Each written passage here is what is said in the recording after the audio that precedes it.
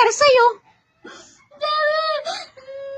Patay na si Kuya. Katanungin nga mo natin si Kuya kung ano nangyari kay Kuko. Content lang yun, content. Para may mapanood ang tao kasi hinihingan tayo ng maraming post ng Facebook. Mama, ayoko. Napatay na si Kuko ka. Paborito ko yung manok. Ay, sus. Pag namatay ba, iluluto natin. Ayoko. O, anong gagawin natin doon? Mama. Ang totoo, si Kokok yung tinadtad ni Papa mo. Yung nasa rep.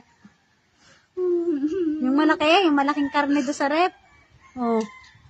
Tapos, kaya ayaw kitang pakainin kasi si Kokok yun. Ah! Oh!